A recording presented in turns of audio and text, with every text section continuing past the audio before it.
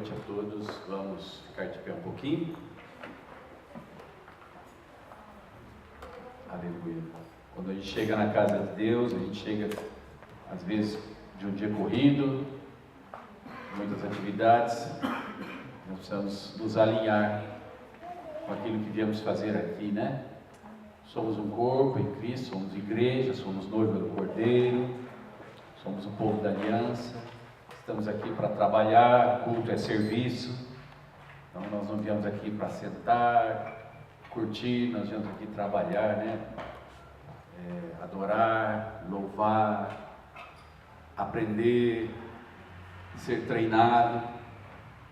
Trabalho do reino. Amém. Então nós temos que ter essa consciência. Vamos ficar de pé. Se você tem uma oração, uma palavra, um versículo, você tem liberdade de dizer. Santo é o teu nome, Jesus. Nós aqui estamos diante de ti. Como diz Isaías falou, nós falamos também: eis-me aqui, Senhor. Não somos capazes, mas dizemos: eis-me aqui, Senhor. Amém. Envia a nós para aquilo que lhe apraz, para aquilo que é a necessidade do teu reino. Eis-nos aqui, Jesus. Vem dirigir nossos passos, vem conduzir esta reunião debaixo da tua bênção. Vem abençoar nossos irmãos, em nome do Senhor Jesus. Amém. Louvado seja o nome do Senhor.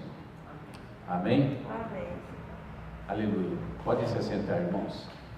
Bom, os irmãos estão vendo que nós estamos montando aqui no palco uma espécie de um ambiente familiar, perfeitamente. Um ambiente familiar para que a gente possa assim, ter uma percepção que a igreja não é só como se fosse uma sala de aula, né? As cadeiras todas em fila, uma lousa ali, um painel ali e alguém falando na frente, né? Nós somos a igreja é uma família, né? E família é um projeto de Deus, é um projeto exclusivo de Deus. Isso tem que ficar bem claro na nossa mente. Ninguém inventou família, exceto Deus. Nem o ser mais sábio do mundo saberia montar isso, criar isso, que é a família. Então, a única coisa que os homens podem fazer, os sábios ou Lúcifer, é corromper a família, né? Concorda? Ninguém pode melhorar do que Deus sonhou. É perfeito o que Deus planejou. Uma família, segundo a Bíblia, é o céu na terra, certo? É o céu na terra. Então, claro, existe todo tipo de ataque maligno para arruinar a família, para corromper a família. A Terry chegou aí? Cheguei. Então, louvado seja Deus. Então nós estamos empenhados em vivenciar sempre, mas esse mês em particular, algo no contexto da família. E nós vamos falar hoje um pouco sobre restauração do lar e da família. Por que restauração? Porque ela foi corrompida. A minha e a sua, elas não são perfeitas, né? Porque somos seres humanos, somos egoístas, orgulhosos, somos cheios de coisas, somos cheios de enjoamento, temperamento, somos mal educados, somos impacientes, somos muitas vezes carnais. Nós precisamos muito de Deus.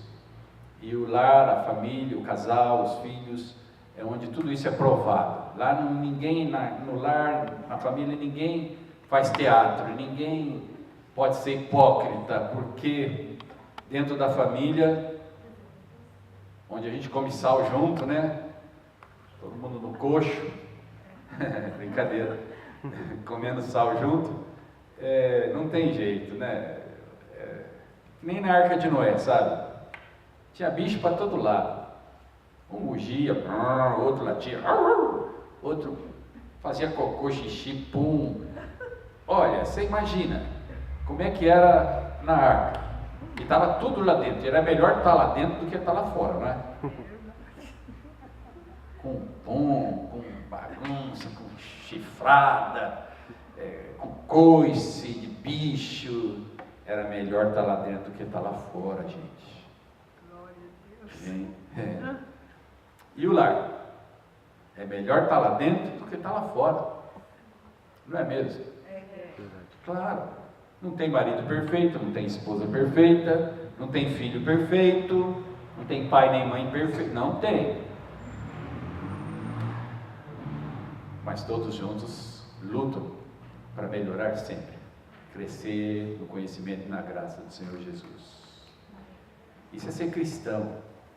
É não lutar para degenerar, corromper, para facilitar as coisas. É lutar para melhorar. É lutar para crescer, para amadurecer, para ter um testemunho digno. Então, por isso que nós estamos juntos aqui falando sobre isso. A Bíblia tem vários textos que enfatizam muito isso. Mas eu quero ler principalmente um que registra o finalzinho do Velho Testamento. E ele faz a ponte de ligação com o Novo Testamento 400 anos após o livro de Malaquias. 400 anos após, começa o Novo Testamento com um personagem bíblico chamado João Batista. E exatamente ele faz a coligação entre Malaquias 4, 6 e os Evangelhos. Vamos falar um pouco mais disso domingo, que nós queremos falar domingo sobre o avivamento na família, né? Mas hoje nós queremos ler aqui Malaquias 4, versículo 5. Eis que eu vos enviarei o profeta Elias antes que venha o grande e terrível dia do Senhor. Antes que venha o grande e terrível dia do Senhor. Eis que eu enviarei o profeta Elias. Não é? Isso é uma palavra de advertência sobre tempos. Terrível dia do Senhor, quando será? Está para vir. Então esse texto de Malaquias, ele aponta para o Novo Testamento, mas aponta exatamente para os nossos dias, né? Porque no versículo 6 diz assim: ele converterá o coração. Quem que é ele aqui? Elias? João Batista? Não, a pregação deles, o verbo que se fez carne, o testemunho vivo de Cristo. Esse é o ele. Elias, no Velho Testamento, personificou a palavra de Deus para a família. E vocês vão ver que João Batista também personificou esse espírito para falar à família, né? João Batista confrontou o rei Herodes e o seu adultério com a filha de Herodias. Elias confrontou Acabe e Jezabel por causa do seu adultério, por causa da sua corrupção da família de Israel, né? E nós sabemos que Jesus veio para abrir um novo e vivo caminho de esperança, de renovação, de perdão, de restauração. Então nós estamos vivendo isso há 2000 anos, e esse dia do Senhor está chegando. O tempo da oportunidade está se encerrando. Então grandes coisas estão acontecendo, e nós queremos crer que estamos dentro do Kairos de Deus, do tempo de Deus, comentando e falando sobre essas coisas. Diz assim: e ele converterá o coração dos pais aos filhos, e o coração dos filhos a seus pais, para que eu não venha e fira a terra com maldição. Ponto final. Acabou o Velho Testamento. Para que eu não venha e fira a terra com maldição. O Velho Testamento termina com uma palavra: maldição. Maldição é a família destruída. Maldição é relacionamentos familiares rompidos. Maldição é a proliferação do divórcio por toda a terra. A maldição é o aborto espalhado por toda a terra. Um crime contra um ser vivo. Maldição é a autossuficiência do ser humano em detrimento de outro ser humano. Maldição é quando um pai e uma mãe decidem pelo filho a bel prazer se aborta ou se não aborta, ou se vai nascer, quando vai nascer, que jeito vai nascer, se vai mamar, se não vai mamar. Os seres humanos estão decidindo a bel prazer o que bem entendem. Então isso tem uma palavra: maldição. Deus ama a família, construiu a família e Ele quer converter o coração dos pais aos filhos e dos filhos aos pais, para não ferir a terra com maldição. Você tem na sua família, dentro do seu lar, você tem procurado converter o seu coração dos seus filhos e dos seus pais também? Voltar para Ele, converter, ficar de frente a frente, olhar no olho, compartilhar, não é? Você tem voltado seus olhos para essa realidade? Pense nisso, nós temos que pensar muito nisso. João Batista veio pregando: arrependei-vos. Ele disse, esse mesmo texto de João Batista, que ele traria as pessoas ao arrependimento.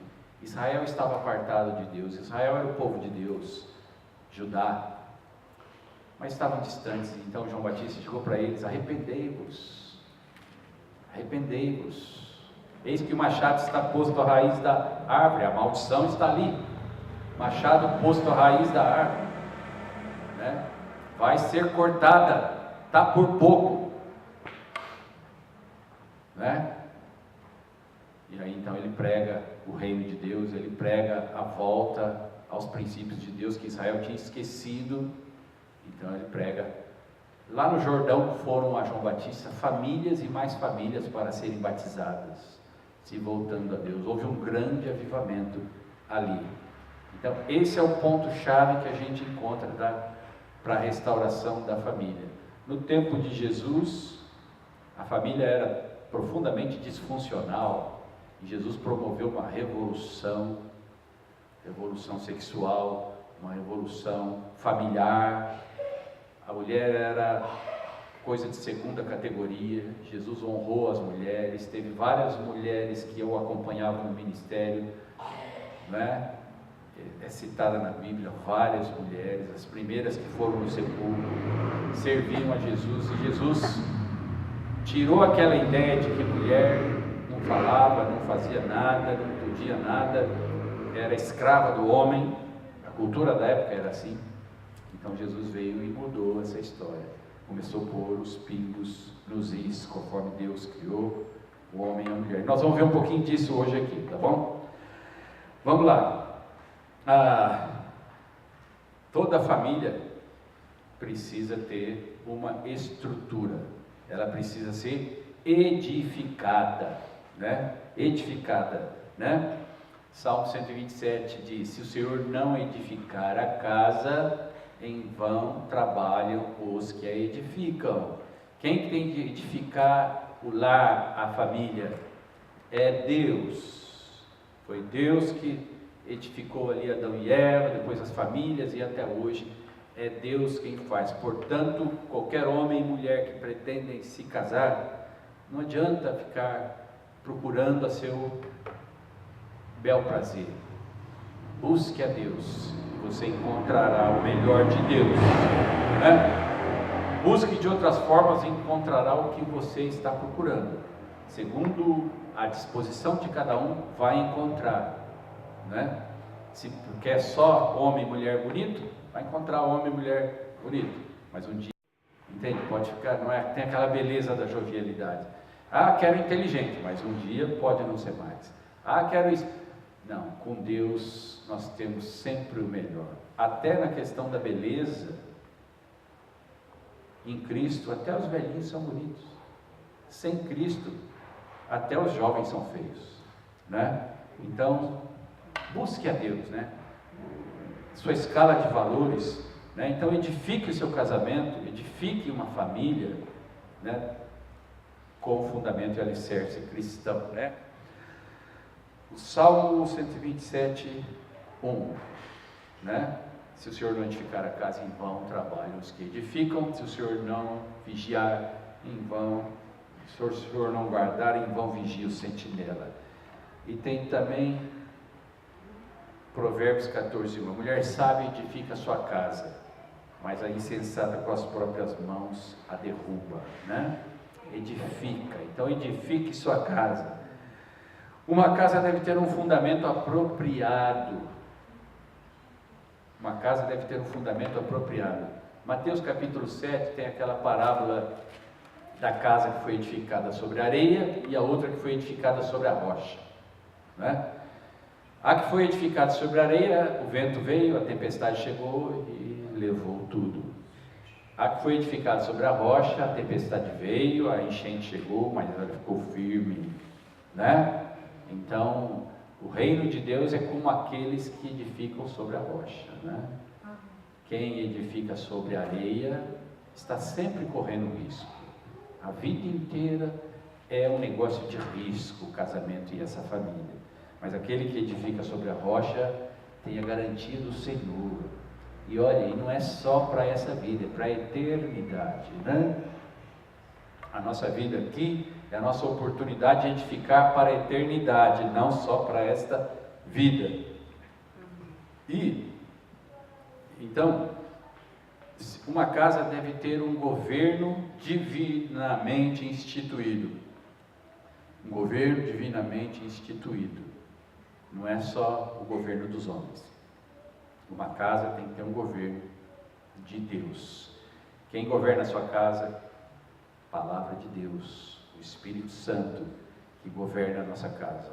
Amém. Né? Amém?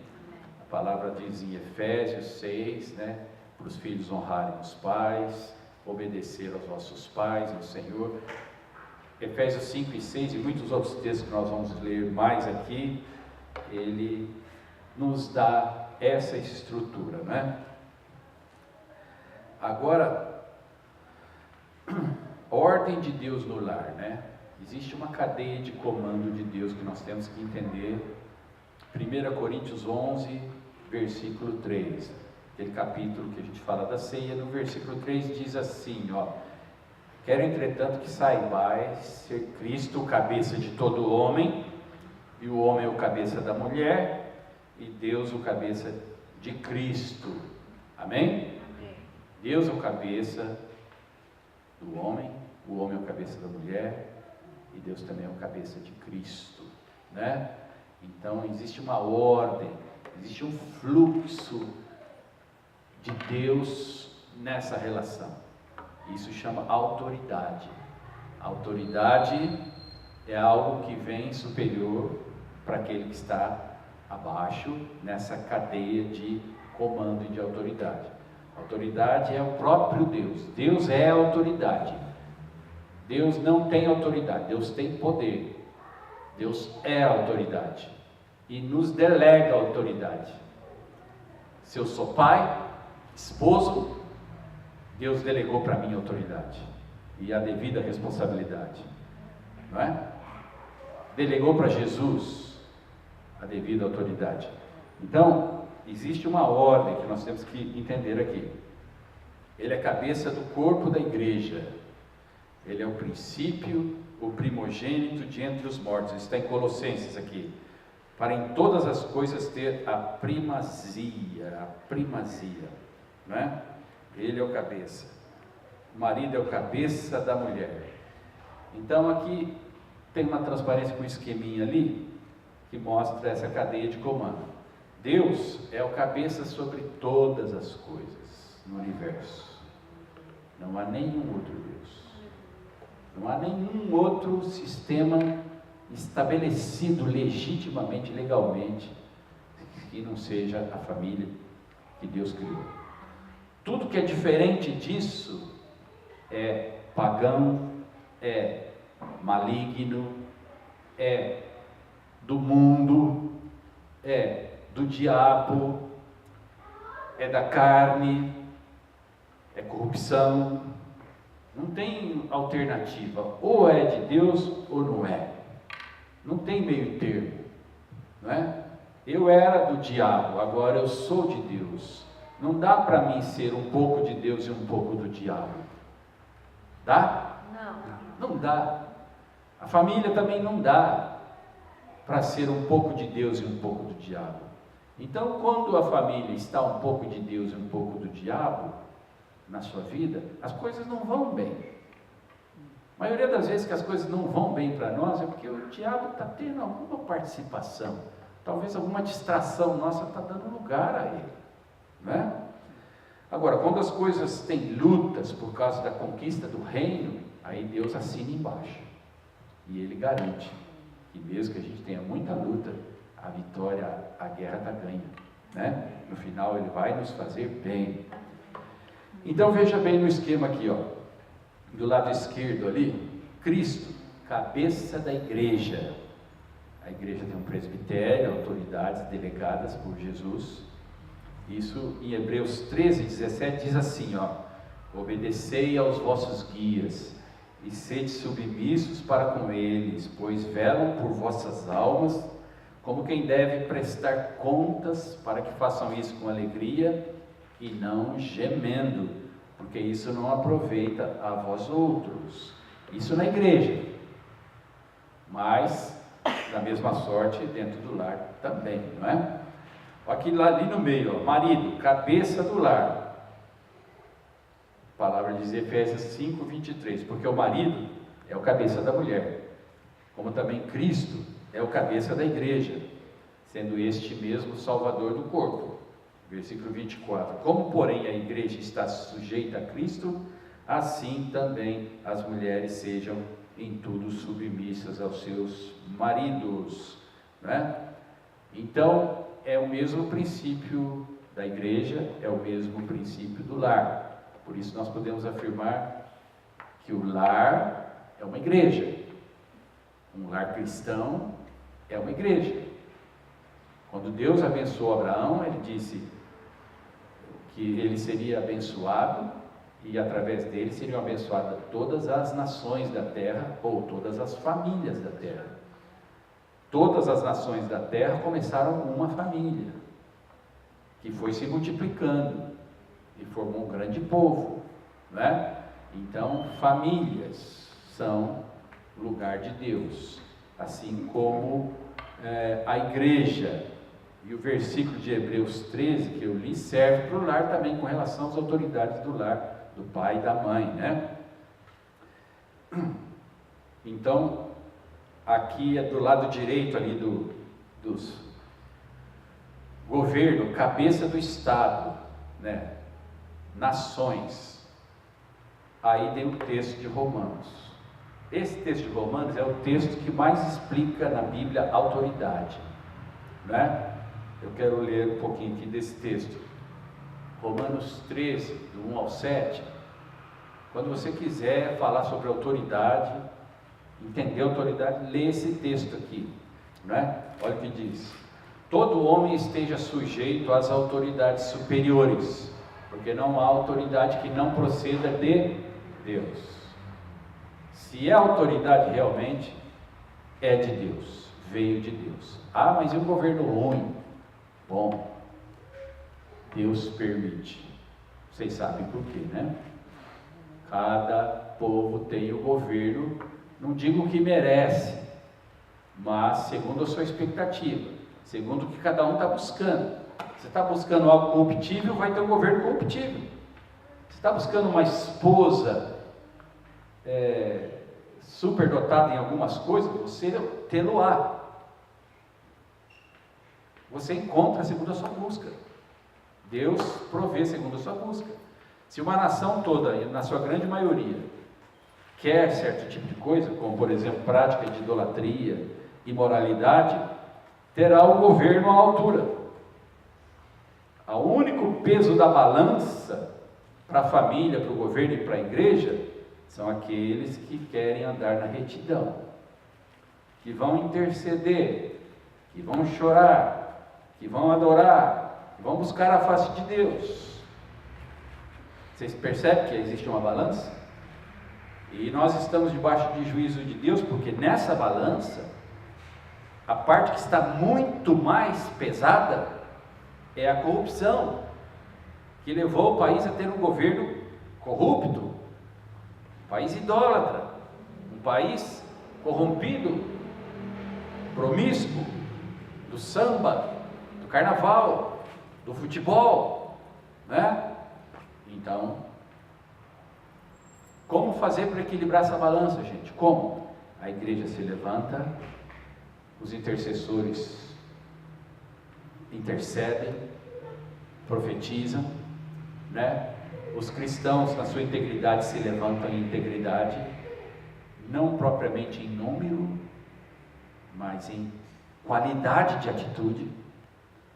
As igrejas entram em unidade, então o peso da balança começa a se equilibrar.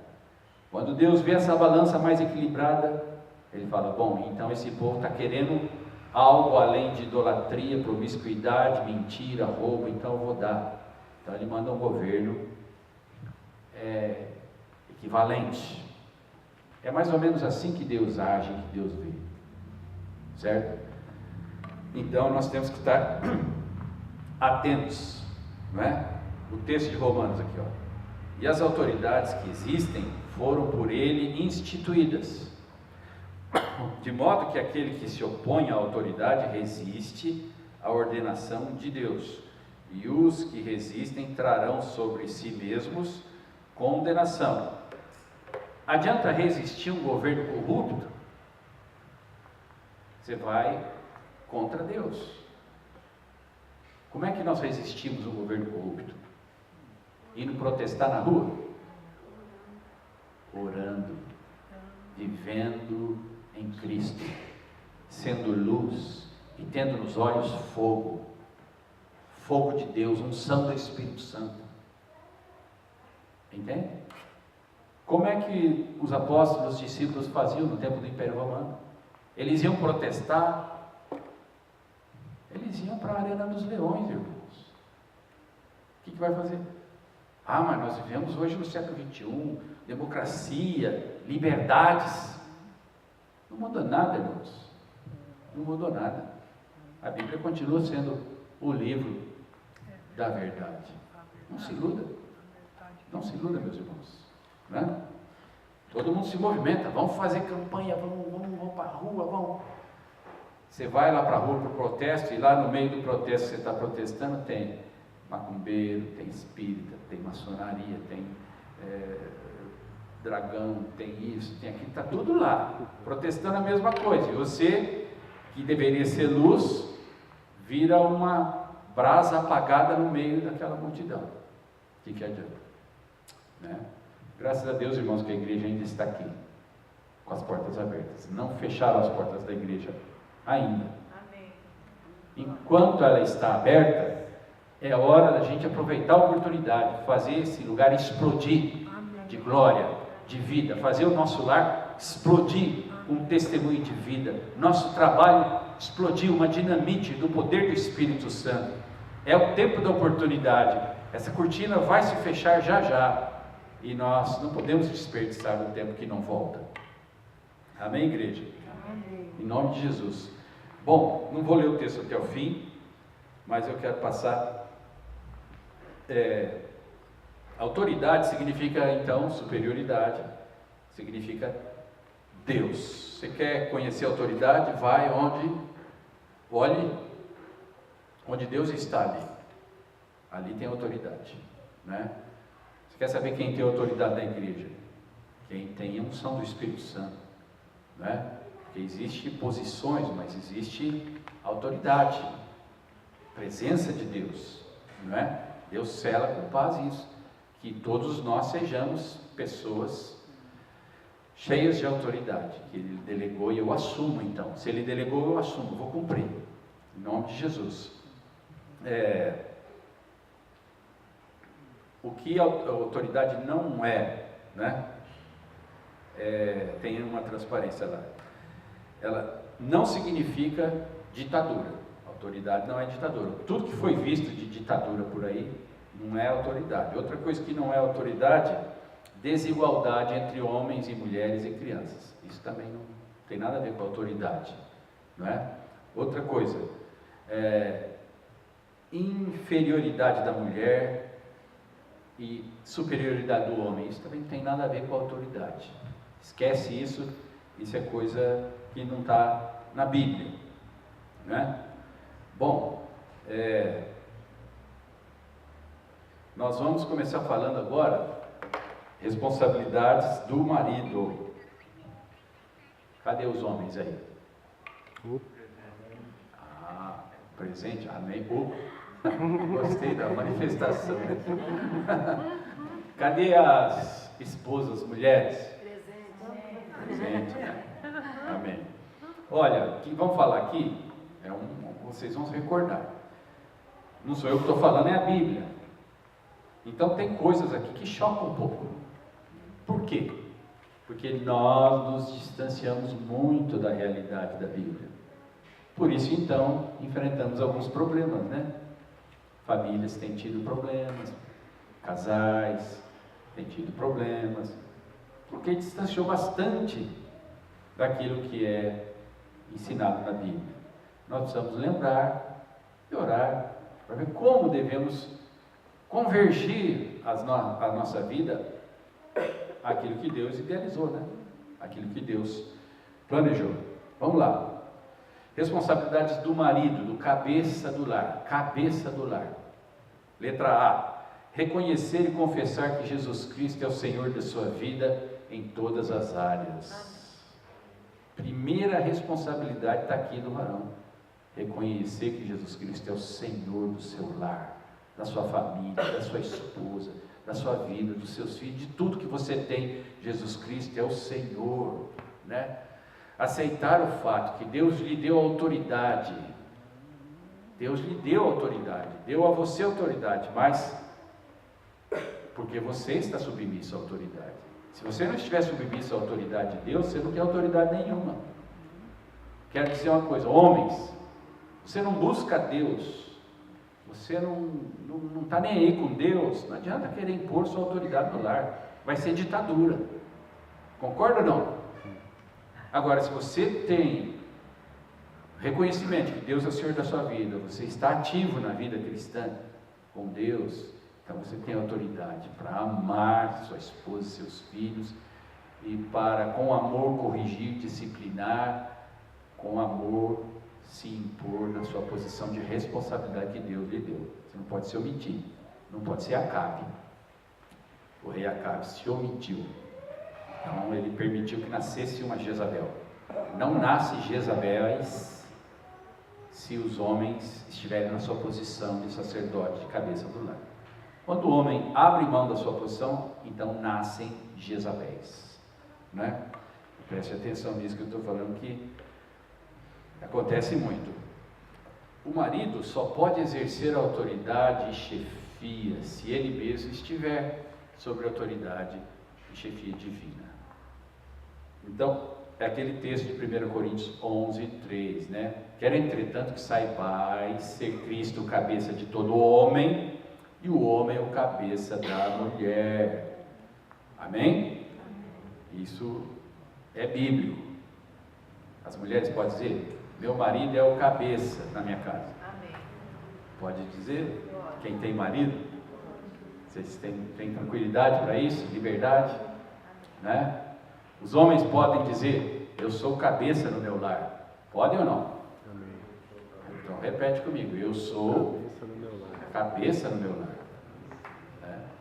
É a Bíblia que está dizendo, eu não sou melhor que a minha esposa, não sou superior, mas eu tenho a posição de ser cabeça. Vamos lá. A letra B. Reconhecer que sua esposa é auxiliadora idônea. Não é uma simples ajuda adequada, né? Que junto comigo forma uma equipe funcional de alto rendimento, né? Olha Gênesis 2,18, o que diz? Disse mais o Senhor Deus, não é bom que o homem esteja só, far-lhe uma auxiliadora que lhe seja idônea, né? Idônea, tanto que tirou da costela de Adão. Adão dormiu, Deus tirou da costela e formou a mulher. Aleluia. Essa mulher faz falta dentro do homem, uma costela saiu, então eles precisam andar bem juntinhos, né? Para ficar tudo no lugar, né? Louvado seja Deus. Letra C, reconhecer que sua esposa não foi tirada dos pés para ser pisada, né? Não foi tirada da cabeça para que ela não fosse assim pela mente do homem, para ser intimidada pelo homem, ou para que ela pudesse pisar no homem, também não foi. Ela foi tirada bem do lado do coração, pertinho. Ali, ó, foi tirada do lugar da costela, né? Pertinho do coração, do ladinho, para ser amada, né? Para ser cuidada, agasalhada. Gênesis 2:20 diz assim: para o homem, todavia, não achava uma auxiliadora que lhe fosse idônea. Então o Senhor Deus fez cair pesado sono sobre o homem, e este adormeceu. Tomou uma de suas costelas e fechou o lugar com carne. E a costela que o Senhor Deus tomara ao homem, transformou-a numa mulher e lhe a trouxe.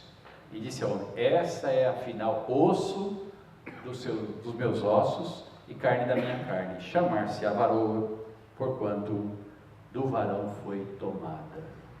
Esse é o princípio fundamental. Tem que, quando você está no dia a dia lá no seu lar com o marido, esposa, filhos, você tem que lembrar que Deus colocou Adão dormindo, adormeceu e tirou o osso, formou a mulher. A mulher tem que lembrar, o homem tem que lembrar que estava dormindo, hein? Não foi o homem que fez, foi lá, tirou, eu fiz a mulher. Não, foi Deus que fez, né? A mulher tem que reconhecer, foi dali que eu saí, eu faço parte disso. Somos uma equipe, somos um ser completo. Não somos dois indivíduos que moram juntos, que compartilham de algumas coisas juntos. Nós agora formamos uma família. A família tem uma personalidade familiar particular, peculiar, diferente da personalidade de ambos individualmente. Agrega valores de ambos, mas é uma nova identidade que dá lugar à minha identidade, à identidade da minha esposa. O nosso ego dá lugar a um ser novo. Nasceu um novo ser, e esse ser vai se multiplicar e gerar filhos à sua imagem e sua semelhança, né? E isso é casamento. A sociedade moderna diz que duas pessoas têm que estudar, formar, ser profissional, trabalhar, porque vai que dá divórcio, um fica na mão do outro, né? Vai que acontece alguma coisa, né? E divórcio para lá, divórcio para cá, e os pais cometendo crimes contra os filhos, né? Porque quem divorcia comete um crime contra os filhos, que praticamente destrói o filho. O filho tem que se levantar em farrapos, em pedaços, para tentar viver. Se os casais soubessem melhor disso, não divorciariam à toa, né? Na Inglaterra existem leis severas para casais que divorciam, tributos altos, porque descobriram que o divórcio gera muito custo para o Estado. Claro, pensão para cá, pensão para lá, aquele rolo todo, filhos desagregados, disfuncionais, criados sem pais. Isso é um prejuízo gigantesco para uma nação, né? Gigantesco. Então, irmãos, nós temos que entender a formação da estrutura da nossa família. Temos que ter consciência da estrutura familiar. O mundo corrompeu, mas a Bíblia mantém de pé. Nós queremos isso, levantar bem claro esses valores. De reconhecer que sua esposa é da mesma natureza e substância. Gênesis 2:23, olha. já foi lido ali. Na mesma natureza e substância, reconhecer que são seres humanos, são iguais, né, como seres, né? Compreender que ele deve deixar e apegar-se, deixar pai e mãe e apegar-se à sua esposa, grudar nela, se tornar uma com ela. Gênesis 2:24 diz: por isso deixa o homem pai e mãe, se une à sua mulher, tornando-se os dois uma só carne. Ora, um e outro, o homem e sua mulher, estavam nus e não se envergonhavam. Então estamos falando da estrutura da família e da responsabilidade do homem aqui. Ser um é questão de estrutura, né? Letra F. Reconhecer que ele e sua esposa são um, assim como Cristo e a igreja são um. É o mesmo. Adão disse isso, Jesus disse isso, e o apóstolo Paulo também disse isso. Serão os dois uma só carne. Esse texto é repetido várias vezes na Bíblia, que é um fundamento, um princípio que não pode ser esquecido, não é? E olha o que diz aqui. G. Amar sua esposa como Cristo ama a igreja. Entender o caráter e a natureza do amor. Amar como Cristo amou. Amar como a si mesmo. Efésios 5 diz assim: 2. Andai em amor, como também Cristo vos amou, e se entregou a si mesmo por nós, como oferta e sacrifício a Deus, em aroma suave. Versículo 25 diz assim: maridos, amai as vossas mulheres, como também Cristo amou a igreja, e a si mesmo se entregou por ela, para que a santificasse. Amém. Aleluia. Letra H. Entregar-se por ela, assim como Cristo se entregou pela igreja. Entregar-se por ela, assim como Cristo se entregou pela igreja. Responsa, hein? Versículo 25 de Efésios 5. Marido, amai vossas mulheres, como também Cristo amou a igreja, e a si mesmo se entregou por ela. Letra I. Alimentá-la, prover saúde, força. Versículo 29 de Efésios 5. Quem ama sua esposa, a si mesmo se ama. Versículo 29. Porque ninguém jamais odiou sua própria carne, antes a alimenta e dela cuida, como também Cristo faz com a igreja. Letra J. Cuidar dela, acalentar, acariciar, nutrir, cuidar de. Efésios 5, 29, é esse texto que foi lido agora. Até aqui as responsabilidades do homem. Como é que está aí a responsa aí, gente? Os homens aí. Hã? Tá bom? Tá bom. A dose está boa? Mas é bom lembrar, viu, irmãos? Nós temos um ideal. Não adianta ser cristão acomodado.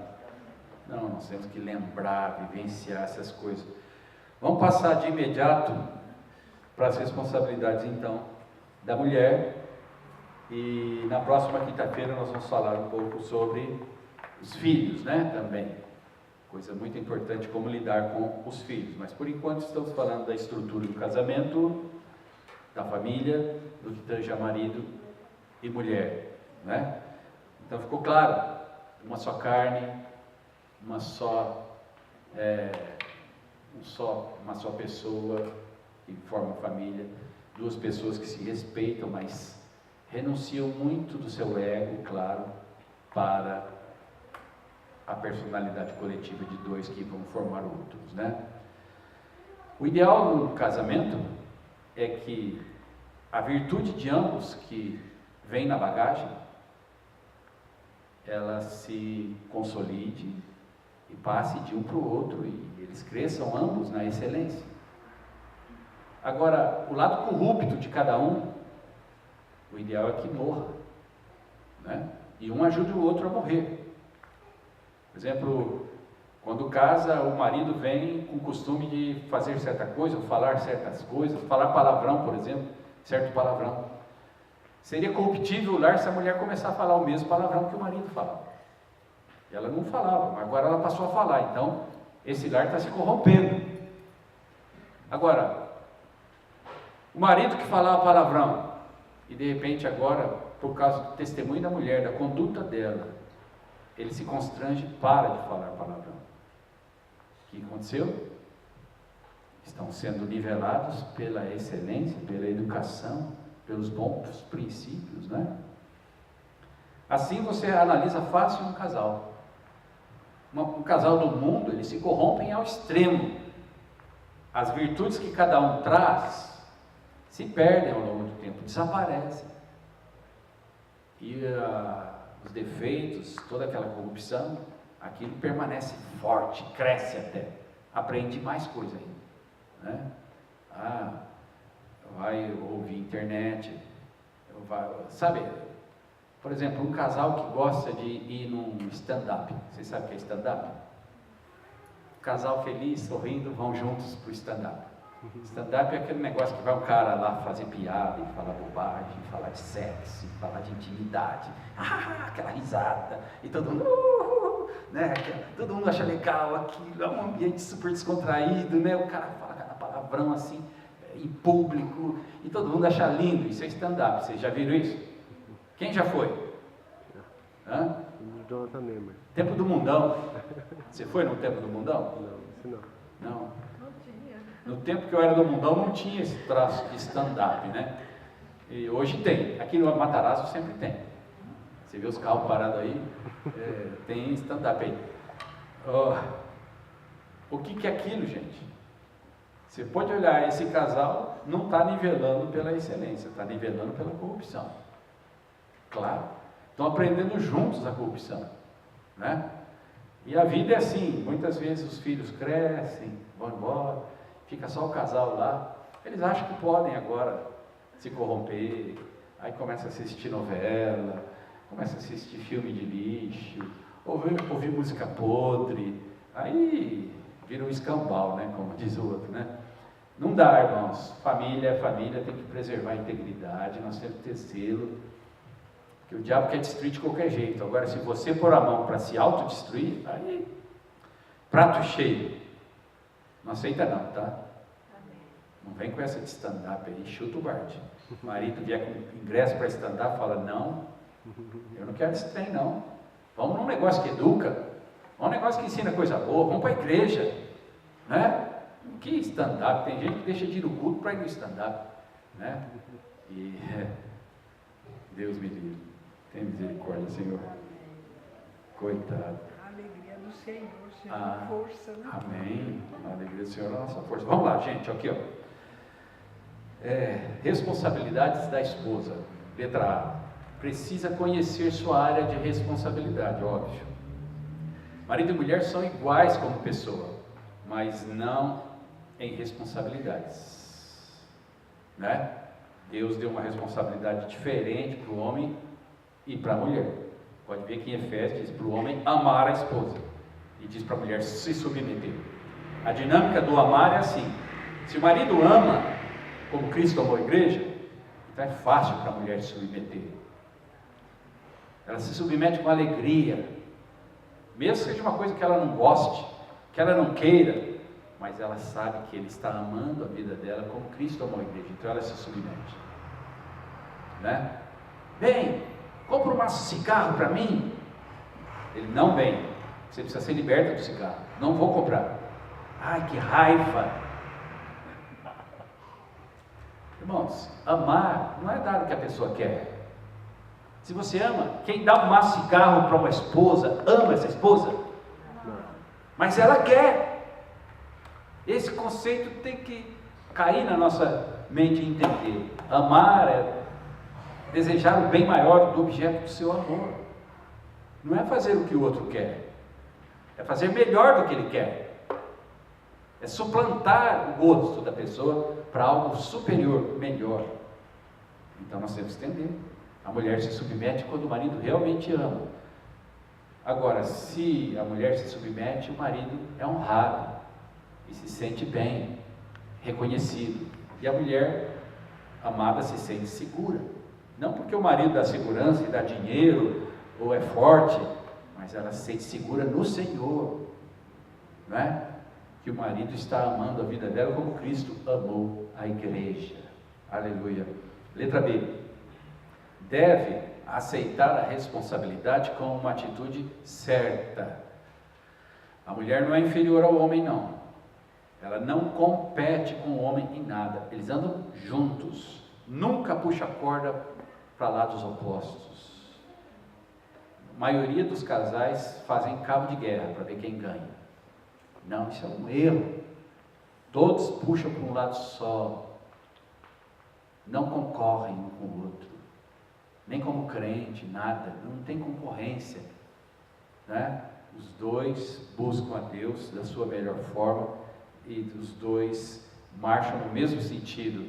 Marido e mulher são iguais em importância, mas não em posições. Eles são importantes tanto quanto um para o outro e para Deus, mas as posições são diferentes, porque somos equipe.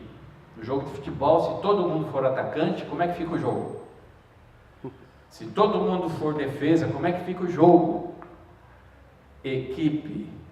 Deus planejou uma equipe de alto rendimento.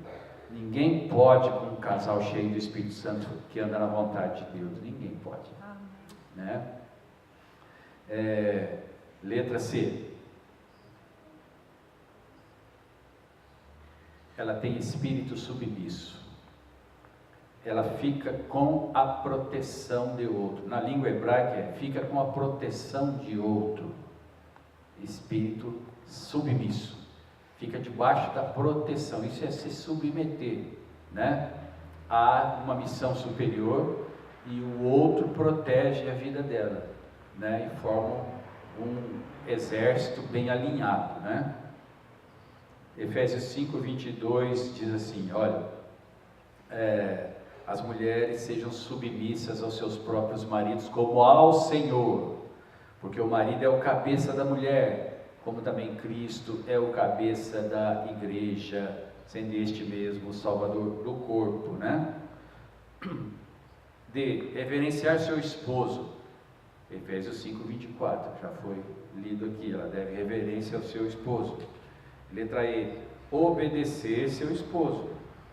Efésios 5:24.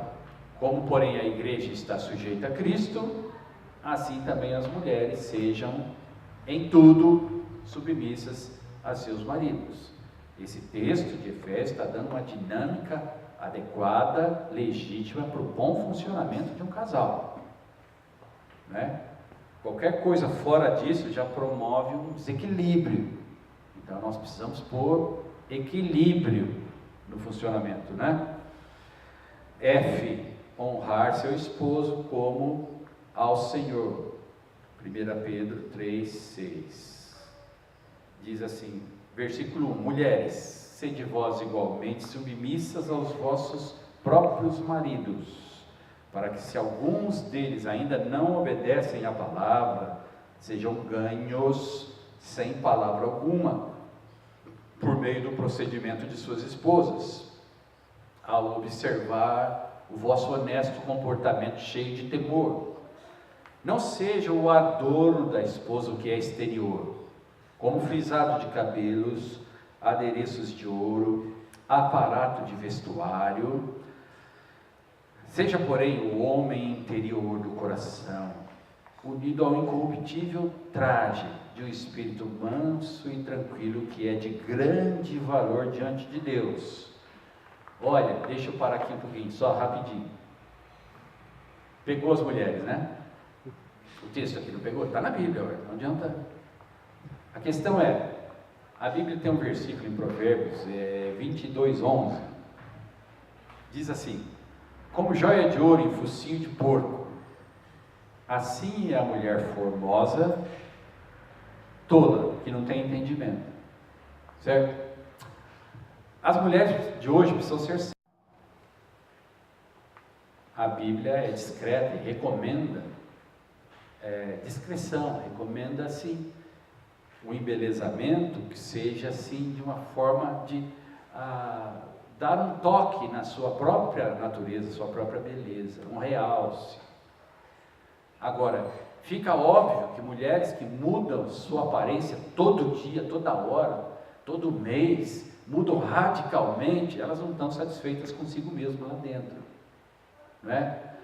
E o texto aqui indica que deve haver um equilíbrio. Uma mulher que só pensa nessas coisas de cabelo, cosmético e roupa, só pensa nisso e é vazia de Deus, é como joia de ouro e focinho de porco. A pessoa, a formosura da mulher é a presença de Deus nela. E aí uma realce que ela dê no cabelo, na roupa, numa pinturinha, com discrição, com equilíbrio, com moderação, isso embeleza muito mais, aleluia, né? Mas nunca se tornando escrava dessas coisas, sendo livre, né? Sendo livre. Esse é o que eu entendo desse texto da Bíblia aqui claramente. Não é uma proibição taxativa, a mulher não deve. A mulher deve equilibrar as coisas com o incorruptível traje de um coração manso e humilde. Incorruptível traje. Você pode estar com a roupa mais linda do mundo, a pintura melhor, o cabelo melhor, as joias melhores, o perfume melhor. Mas se você não tiver trajado com a incorruptibilidade aqui dentro de você, olha, se a tua roupa, o teu estilo ficar atraindo a cobiça dos homens, então você está em desequilíbrio, isso vai ser mal para o teu casamento, para a tua família, vai ser mal. Quem tem que te desejar é o seu esposo, nunca os outros, nunca, né? Então, mulher bonita é a mulher que é equilibrada nessas coisas. Mulher desequilibrada, descontente, muda todo dia, não está contente com nada, troca de roupa toda hora e gasta, e essa mulher está inquieta, está em desespero, alguma coisa não está bom, né? Se acabar o dinheiro, acabar as coisas, vai entrar em depressão, porque não tem como, ela quer mexer, ela quer mudar. Então, uma dica muito boa para as mulheres, quando elas estiverem nesse afã, desesperadas para mudança toda hora, externa, significa que está faltando mudança interna. E está tentando mudar externamente para aliviar a pressão da necessidade da mudança interna. Mas não adianta, é paliativo. É paliativo. Então, dá um break nisso enquanto é tempo.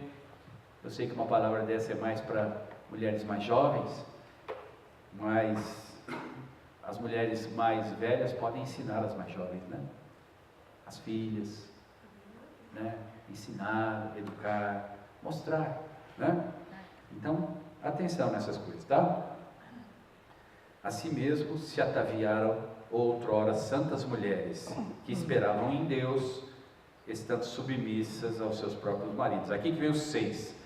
Como fazia Sara, que obedeceu a Abraão, chamando-lhe Senhor, da qual vós vos tornaste filhas, praticando o bem e não temendo perturbação. Sara tratava Abraão de Senhor. Era o marido dela. Ela tratava ele de Senhor. É um exemplo bíblico aqui de respeito, de honra, né? Hoje a moda é você chama pelo nome e é assim. Mas educação, respeito, nunca é demais, né, gente? Cada um avalia por si mesmo. Letra G, ter um espírito manso e quieto. É esse texto que acabamos de ler. Ter espírito manso e quieto. Não ser ansiosa, né? E letra H, reconhecer que o marido e a mulher são co-herdeiros da graça da vida, né? 1 Pedro 3,7. É a continuação desse texto que lemos, aí diz assim: marido, vós igualmente viveis a vida comum do lar com discernimento, e tendo consideração para com a vossa mulher como parte mais frágil, tratai-a com dignidade, por isso que sois juntamente herdeiros da mesma graça de vida, para que não se interrompam as vossas orações. Oh, que texto lindo, hein? Aleluia. Grava isso aí, gente, ó. Escreve na sua margem da sua Bíblia aí. Letra I. Modéstia e piedade. 1 Timóteo 3, capítulo 2. Da mesma sorte as mulheres, em traje decente, se ataviem com modéstia e com senso, não com cabeleira frisada e com ouro, pérolas ou vestuário dispendioso, porém com boas obras, como é próprio às mulheres que professam ser piedosas. Repetindo aqui outro texto, 1 Timóteo 2, 9 e 10. A mesma coisa, equilíbrio. Deve ser muito gostoso você, mulher, ir no salão de beleza para se arrumar, mas o coração está cheio de Deus. Você está buscando a Deus. Você não está indo no barbeiro, lá no cabeleireiro, para preencher o seu vazio, fazendo cabelo, fazendo pintura, comprando roupa na boutique. Não. Deve ser uma delícia ir na loja comprar roupa, mas o coração está cheio de Deus.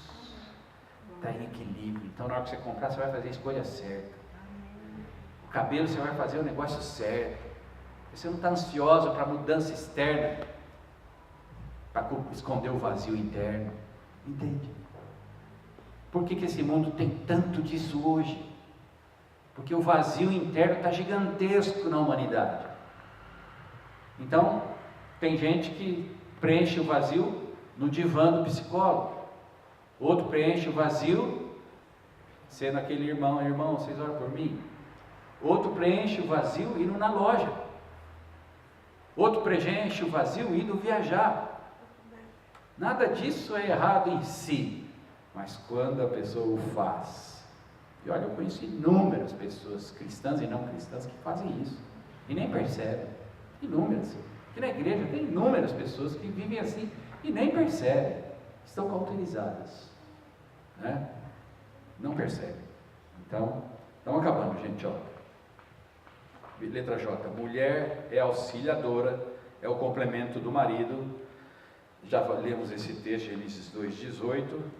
K. Dada a hospitalidade, Hebreus 13:1, fala sobre hospitalidade. E letra L, ela é responsável pelo lar, que envolve ordem, limpeza e atratividade. Aqui é outro ponto polêmico. Hoje a mulher e o homem trabalham, né? Mas ainda assim a responsabilidade do lar é da mulher. Não quer dizer que ela tenha que fazer tudo. Pode ser compartilhado sim, mas não adianta ela jogar para o marido. É a função que Deus deu à mulher. Não adianta, você vai lá, faz comida, você vai lá, lava os pratos, você vai lá, lava roupa, passa roupa. Não, ela tem que ser responsável. Ele pode ajudar, eu ajudo em casa, no que eu posso, né? Garanto que todos os homens que estão aqui ajudam. Você não vai ser um troglodita que não faz nada, senta lá no sofá, bota o pé para cima, liga a televisão, aquela porcaria, e fica lá e a sua mulher ralando. Você não é desse, né? Verdade ou não? Hã? Tem algum troglodita aqui? Vai apanhar. As mulheres vão bater. Não. Você apanha. Ih, irmão. Vamos lá pegar ele, irmãos. Vamos pegar lá fora. Aqui na igreja não. Não, nós todos contribuímos para o lar ideal, adequado. E só mais um texto que eu quero ler para encerrar. Aqui, ó. Promessas para a mulher devota que continua na fé. 1 Timóteo 2, olha aqui, esse texto. A mulher aprenda em silêncio, com toda submissão. Não permita que a mulher ensine, nem que exerça autoridade sobre o marido. Esteja, porém, em silêncio, porque primeiro foi formado Adão, depois Eva. E Adão não foi iludido, mas a mulher, sendo enganada, caiu em transgressão. Todavia, será preservada através de sua missão de mãe, se ela se ela permanecer em fé, amor e santificação com bom senso. Isso aqui está na Bíblia, viu, irmãos? Tem que entender o que quer dizer aqui. Eu não vou explicar hoje. Numa outra oportunidade eu vou explicar melhor. Mas é um texto bem preciso, bem interessante. Não significa que a mulher tem que estar calada, é a atitude dela de submissão tem que colocá-la em segurança, para redimir aquilo que aconteceu com ela. Por isso que o texto diz aqui no versículo 15, porém, né, apesar de tudo isso, será preservada se, então, eu vou deixar um gostinho na boca dos irmãos e das irmãs sobre esse texto, e depois nós vamos conversar outro dia melhor sobre ele, tá bom? Amém. E aí, quinta que vem, nós vamos falar sobre criação de filhos, né? Como apacentar o coração dos filhos, né? Como apacentar corações e não apacentar crises. E vamos estar falando também sobre divórcio e novo casamento e os perigos, os ataques contra o casamento na outra quinta, sobre feminismo, homossexualismo e vários ismos que estão tentando destruir a família, não é? Nós queremos falar aqui claramente o que a Bíblia nos ensina sobre isso. Bom, estamos vivendo esse clima de família ou não? Amém. Amém? Amém. Então vamos ficar de pé um pouquinho. Aleluia. Ali está nossa casa ali, ó. Quem quiser sentar, trocar uma ideia, fazer uma oração. Eu gostaria de que tivéssemos alguns irmãos que são família aqui, que pudessem compartilhar algo da sua vivência familiar em Cristo Jesus. E então se prepare, eu vou chamar alguém para esse tipo de coisa, tá? Obrigado, Senhor Jesus, por essa noite estarmos aqui, porque podemos lembrar, podemos levantar o testemunho da família que está na Bíblia. Senhor, nós queremos entender, nós queremos viver, nós queremos praticar para sermos famílias fortes. E é o Senhor quem vem e fará converter o coração dos pais aos filhos e dos filhos aos pais, para que não venha maldição. Se porventura há maldição, nós estamos aqui para quebrá-las através das nossas atitudes. Não queremos quebrar maldições apenas com palavras. Queremos quebrar com atitudes, com arrependimento, em nome de Jesus, para que o fato de que o Senhor levou sobre si as nossas maldições se torne real para nós, vivo em nossas vidas, não uma fábula distante. Então, leva-nos a isso, nós te pedimos e te agradecemos por cada irmão que veio aqui hoje e está presente, em nome do Senhor Jesus. Amém. Amém. Deus te abençoe, em nome de Jesus.